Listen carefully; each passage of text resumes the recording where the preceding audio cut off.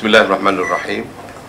Yang Mak Teguh, di mana hari ininya kerajaan akan membuat kenyataan rasmi berhubung dengan isu yang dibangkit projek pembangunan dan pengindahan tebing Sungai Kelantan.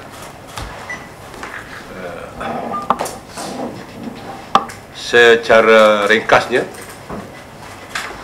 projek pembangunan dan pengindahan Sungai Kelantan ini bersama antara syarikat swasta yang kerajaannya tidak mengeluarkan wang 1 sen pun, cuma berasas kepada tanah seluas 717 ekar. Dalam perjanjian 2003 dikehendaki kerajaan menyediakan sehingga 1000 ekar bagi mendapat pulangan dalam beberapa bentuk seperti stadion tertutup, masjid dan sebagainya, keseluruhannya 350 juta. Apabila dilihat ataupun ditengok bahawa sebenarnya hanya 717, maka pulangan pada kerajaan pun tidak sebagaimana yang dijanjikan pada dasarnya. Oleh sebab itu, kekurangan ini tak utama sekali apabila di sebelah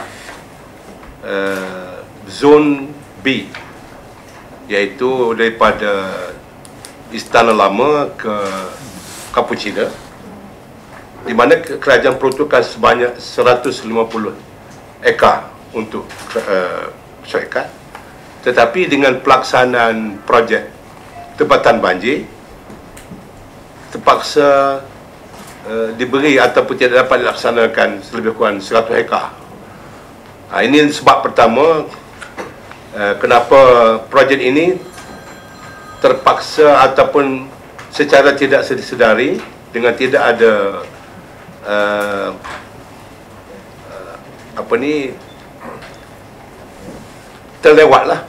terlewat.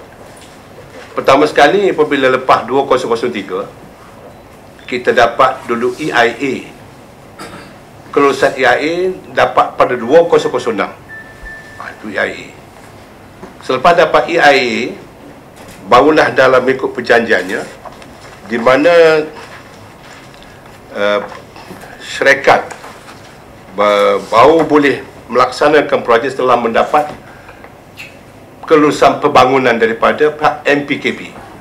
Sebab itulah kita lihat pada 2007 barulah terbinanya TESCO.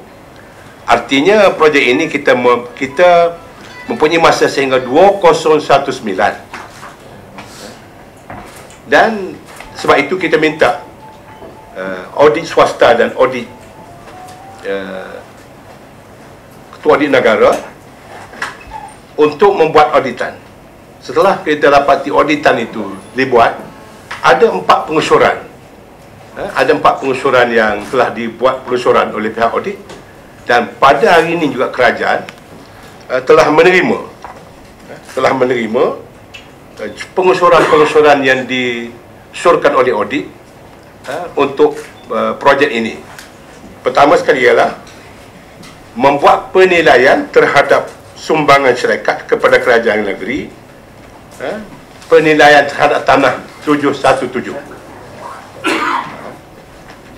Kita terima, kajian pun terima hari ini atas pengusuran audit. Yang kedua, di mana cadangan juga setiap projek usaha sama perlu dikaji dengan teliti oleh pakar dan agensi kerajaan negeri dilantik untuk mengurus dan memantau pelaksanaan projek. Memang kerajaan sudah ada jawatan ketua pemandu, dan kita akan melantik ataupun mengkaji bagi melantik pakar dan agensi kerajaan atau pakarlah untuk membuat kajian. Yang seterusnya lah, saya dapat Tentera Takiuddin lebih sikit pandangan. Ya. Assalamualaikum warahmatullahi wabarakatuh. Yang Amat Berhormat Tuan Guru Datuk Menteri Besar, Madam Menteri Besar, ahli-ahli Exco dan rakan-rakan media sekalian. Pada dasarnya apa yang telah diterangkan oleh Berhormat Datuk Timbalan Menteri Besar tadi adalah amat jelas. Tapi saya suka membuat rumusan lah pada pandangan kerajaannya, rumusan kepada dua perkara saja untuk kita melihat perkara ini bukanlah satu perkara yang besar sebenarnya. Yang pertamanya mengenai laporan yang telah dibuat oleh satu NGO iaitu Ombak kepada SPRM. Pada pandangan kerajaan itu adalah satu perkara biasa yang kerajaan tidak mempunyai apa-apa halangan untuk mana-mana pihak yang rasa terkilan ke, rasa terkeliru ke untuk membuat laporan kepada SPRM. Jadi apabila laporan telah dibuat kepada SPRM, kita mengharapkan semua pihak membiarkan SPRM menjalankan siasatan secara terperinci, secara telus, secara yang tanpa apa-apa desakan ataupun apa-apa gangguan daripada mana-mana pihak. That is fine. Maknanya bila dia buat laporan, kita terimalah. Dan biar SPRM buat satu siasatan terperinci. Dan apabila SPRM, sebagaimana biasalah kes-kes yang lain, bila SPRM buat satu rumusan, satu finding, satu penemuan, sebagai contohnya kes ini tidak ada apa-apa penyelewengan dan sebagainya, semua pihak kena terimalah. Jangan pula kata SPRM ni pilih kasih, tak ambil tindakan terhadap kerajaan Kelantan, terhadap pembangkang dan sebagainya, sebagaimana beberapa kes. Jadi itu selesai. Kita yang ombak tu, kita tunggu SPRM buat siasat. Yang Amat Berhormat Tok Guru Menteri Besar pun sentiasa mengatakan bahawa pintu kerajaan negeri ni sentiasa terbuka 25 jam sehari. Tok Guru sebut 25 jam sehari untuk mana-mana pihak berkuasa menyiasat kalau ada laporan ataupun aduan menyai penyelewengan. Kalau ada, kita ambil tindakan yang sewajarnya. Itu yang pertama. Yang keduanya, kerajaan berpendapat kerajaan negeri ini bertanggungjawab hanya kepada audit, Ketua Audit Negara. Kita ada laporan Ketua Audit Negara mengenai negeri Kelantan. Mengenai kes pembangunan tebing sungai ini, untuk makluman saudara-saudara lah, press, bahawa ada short daripada audit. 4 perkara ya short audit daripada dia buat kajian dan juga penemuan dia ni. Yang pertamanya audit, dia kata pihak audit mengesyorkan kerajaan negeri ataupun unit perancang ekonomi negeri Kelantan mengambil tindakan seperti berikut. Yang pertamanya, membuat penilaian terhadap sumbangan syarikat yang bekerjasama dengan kerajaan negeri ini, dan penilaian itu hendaklah berdasarkan nilaian tanah semasa, professional in value, dan juga kemudahan-kemudahan yang disediakan oleh pihak syarikat. Itu saja saranan audit yang pertama. Kita buat penilaian balik dan kita tengok berdasarkan kepada nilaian tanah semasa dan kemudahan. Yang pertama. Yang kedua, short auditnya ialah setiap projek usaha sama, ni umum lah ni, perlu dikaji dengan teliti oleh pakar dan agensi kerajaan negeri dilantik untuk mengurus dan memantau pelaksanaan projek. Untuk projek tebing sungai Kelantan ini, kita sudah ada jawatankuasa pemandu. Sejak daripada dulu lagi dipengerusikan oleh Timbalan Menteri Besar. Sebelum Yang Berhormat Datuk Ahmad Yaakob ni, Datuk Haji Abdul Halim Abdul Rahman sebagai TMB jadi pengerusi jawatankuasa pemandu. Semua jabatan teknikal yang berkaitan ada dalam jawatankuasa ini, dan pihak syarikat pun ada wakil dalam jawatankuasa pemandu ini. Itu sudah kita buat. Jadi ini short yang dibuat oleh audit ni kita telah buat. Yang ketiga, pihak UPEN perlu mengambil tindakan segera untuk memastikan syarikat iaitu Lizis ni menyerahkan bond jaminan pelaksanaan sebagaimana dalam perjanjian. Memang sebelum ini dalam perjanjian tu ada syarikat perlu bagi satu performance bond. Jumlahnya banyak, 150,000 ya. Syarikat ni telah buat banyak jalan masuk dan sebagainya. Pada masa itu kita berpandangan bond, performance bond ni boleh dikontra dengan projek-projek yang telah dibuat oleh syarikat. Tapi audit kata kena masuk juga performance bond 150,000 ni. Kerajaan dah bincang dengan syarikat pun dah setuju nak bayar. Tak ada masalah. Apa lagi masalah? Cek pun sudah bawa, boleh bawa. Nah, Tak ada masalah. Ni syarikat, Datuk Giok, wakil syarikat ni kerajaan, dua-dua setuju. Apa lagi yang ombak tak?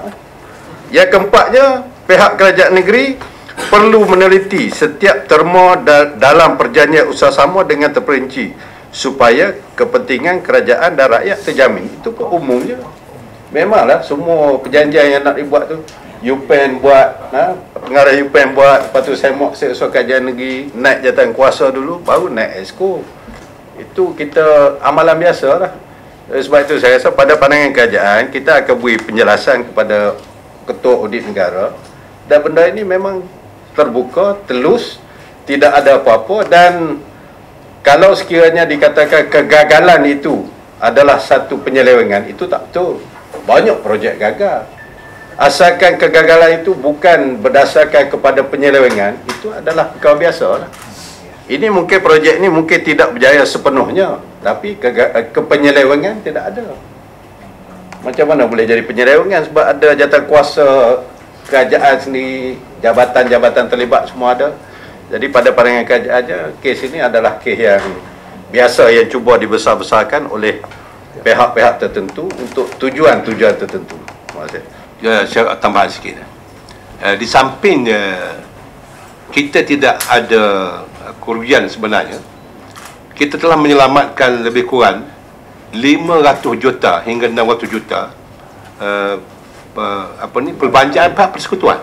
Kerana kita telah dapat bina melalui projek ini retenant wall sepanjang 4.6 kilo.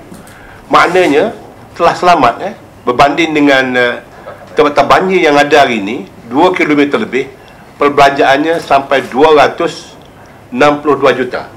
Tak.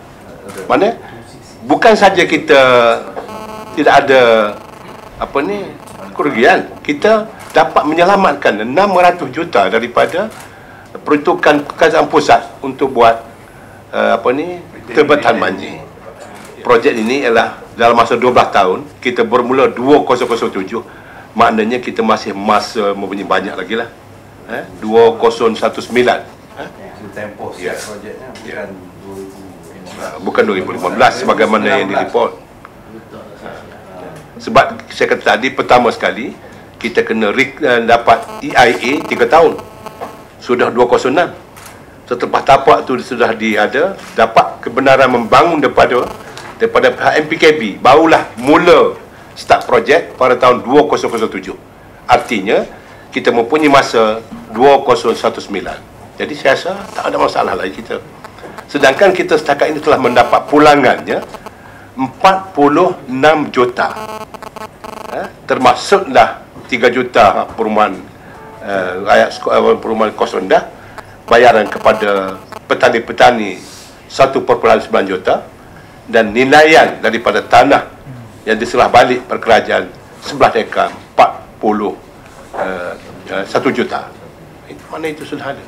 Itu belum kita kira lagi pendapatan yang diperoleh oleh MPKB setiap bulan, setiap tahun.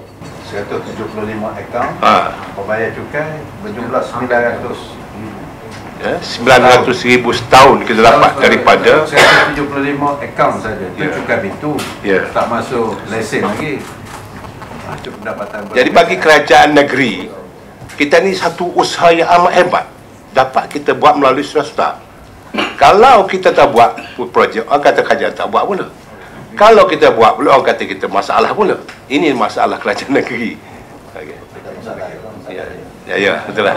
Jadi kita dapat peluang pekerjaannya setakat ini 1,400 lebih.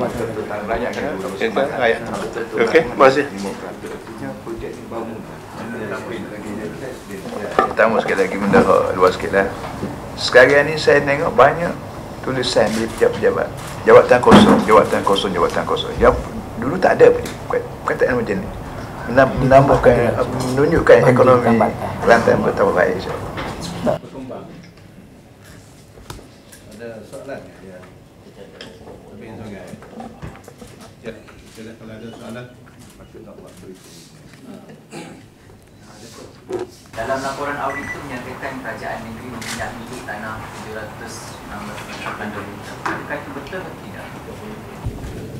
Tanah 700 hektar. Dia kepada syarikat 717 ekar. 17 Tanah tu termasuk dalam sungai, bukan tanah yang sudah siap. Sebahagian besarnya dalam sungai lagi, dalam air. Dari segi nilainya, dari segi komersial tak ada nilai lah. Dulu seperti waktu di Lembah Sirih tu, di mana tanah paya, kalau kita tidak bangunkan melalui projek reclaim ini, penimbus timbul tanah ni, mungkin tidak ada nilai harga. Itulah usaha kerajaan ini telah memberi nilai yang tinggi. Jadi tanah-tanah yang belum diusik seperti di zon A, di zon C, masih dalam sungai. Bukan to be exact, tanah yang diberi milik adalah seluas 716.8 ekar. Dan sehingga kini syarikat telah menebus guna seluas 230 ekar sahaja. Walaupun milik Rabi, tapi 230 ekar. Dan pembangunan keseluruhan projek hanya baru 5% sahaja. Jadi you cannot expect syarikat nak bayar bagaimana dalam perjanjian lah. Dia takut ada soalan tambahan kot, soalan tanya lama buat ulasan sendiri. Bukankah ini bertentangan sedikit dengan prinsip kerajaan yang tidak akan menyerahkan tanah kepada mana-mana pihak? Dasar dalam projek itu dinyatakan ia dilaksanakan secara pajakan. Kenapa tiba-tiba bisa pindah milik? Pindah milik ni atas pajakan. You kena nak faham undang-undang tanah ni. Saudara Yus, undang-undang tanah ni dia ada dua. Tanah diberi milik secara pajakan atau tanah diberi milik secara apa ni dia panggil freehold. Dua tu perpetuity. Semua tanah pajakan sekarang ni tak ada perpetuity. Itu undang-undang tanah. Jadi kalau nak bagi milik tanah, sama ada dalam bentuk pajakan atau bentuk selama-lamanya. Ini kita beri pajakan saja. Kalau kerajaan ni bagi selama-lama, bolehlah orang tertentu ni buat isu apa ni bagi freehold ni pajakan je. Dalam laporan audit juga mengatakan tindakan tersebut menunjukkan kerajaan negeri tidak ni. Muka surat apa? Baca. Ni lembaga audit. Saya baca. Dia kata di situ kerajaan negeri tidak menjaga kepentingan negeri. Tak, muka surat apa ni dalam audit ni? Tak menjaga kepentingan negeri. Ada kat situ. Saya tengok muka surat apa. Kenapa dia kata tidak menjaga kepentingan negeri? Kerana memindah milik tanah tersebut. Memindah milik untuk dibangunkan dan ada sumbangan atau pulangan return kepada kerajaan. Bukan beri. Kerajaan ada tanah, syarikat ada modal. So, modal kerajaan adalah tanah, modal syarikat adalah duit. Buat pembangunan, bagi portion. Berapa persen bagi? Return kita sebagaimana dalam agreement. Takkan tak bagi tanah betul saya bagi, duit dia kita nak guna. Bagaimana? That's a JB. Kita sesama mana-mana JB pun macam tu. Kita ada tanah, syarikat ada duit, syarikat buat keluar duit, kita bagi tanah sebagai modal kita, sebagai kita punya capital. Jadi saya rasa biasa lah tu yang keliru tu. Yang keliru. Lepas tu kita dapat pula bahagian kita kerana kita bagi tanah sebagai modal, kita dapat sumbangan kepada kita yang sekarang telah 40 juta lebih dah. Yang tak dapat lagi beratus juta tu belum dapat lagi sebab dia baru 5% baru dia belum. 5%. 20 ekar baru dibangunkan. Dalam laporan audit sudah tak ada. Projek siap perjanjian sampai 2015. Itu bermula 2003. Tetapi dalam agreement dia bermula apabila dapat kebenaran membangun tanah. Itu kena faham itu. Kelulusan bangunan. Kelulusan bangunan tu ditunjuk di MPKB. Dia begini, dia yang jadi 2015 ni begini. Dalam agreement tu kata sampai 2015 anggarannya. Kerana tapi dalam kes ni kelulusan plan bangunan yang pertama dibuat ialah untuk Tesco pada 18 Januari 2007. Ini bermakna projek ini bermula 2007 dan akan tamatnya dalam tempoh sehingga 2019. Dia tidak stated secara dia tidak state secara jelas 2015, tapi berapa tahun daripada projek bermula. Projek bermula 2007, maknanya dalam masa 12 tahun mestilah 2019. Kalau 2015 pun tak, pihak-pihak tak boleh question lagi. Sekarang ni baru 2013, 2012. Ada 3 tahun lagi. Mana tahu dalam 3 tahun kerajaan boleh, syarikat boleh buat tu. It is a premature lah. You nak attack pun. Ni lah bukan press orang lain lah. Nak attack pun tengok lah. Piramli kata jangan apa jangan salah tunjuk something lah. Dalam tempoh 7 tahun lagi, adakah kerajaan yakin projek tu dapat diselesaikan sepenuhnya ke atau macam mana? Yakin, tentu yakin. Sama ada berjaya atau tidak tu soalan lain. Kita merintah Malaysia boleh buat lah. Sebab berdasar kepada timus gula Itu pun takar. boleh ke? Sekarang ni kita tanah ambil di Kuala, Pulau Pemak Janggut. Kita bergantung pada pasal surut air. Sekali air surut, bas tak boleh bagi. Dia tunggu air pasang. Ini masalah kita. Nak tunggu pasir sini tak cukup. Jadi terpaksa ambil pasir di Pulau Pemak Janggut, di Kuala Kuala. Maka nak naik bas, nak naik bagi mesti air pasang. Ini masalah. Jadi benda ni tidak dijangka berlaku begitu. Itu kelemahan dia ada. Semua harapan kita lah kerajaan supaya dalam isu lebah sirih ni laporan sama ada betul berita ataupun rencana tu biar fair lah. Based on true fact, dan perlu ingat bahawa apa-apa yang tidak betul, fakta tidak betul ni tertakluk kepada tindakan undang-undang lah. Bukan maknanya kita nak ugut, tapi maknanya kalau sehingga memfitnah kerajaan boleh ambil tindakan undang-undang. Termasuklah kepada NGO ke apa, kalau dia pergi lapor kepada SPRM, akhirnya SPRM mengesahkan tidak ada penyelewengan. Dari segi undang-undangnya kerajaan boleh kalau nak mengambil tindakan undang-undang. Itu ialah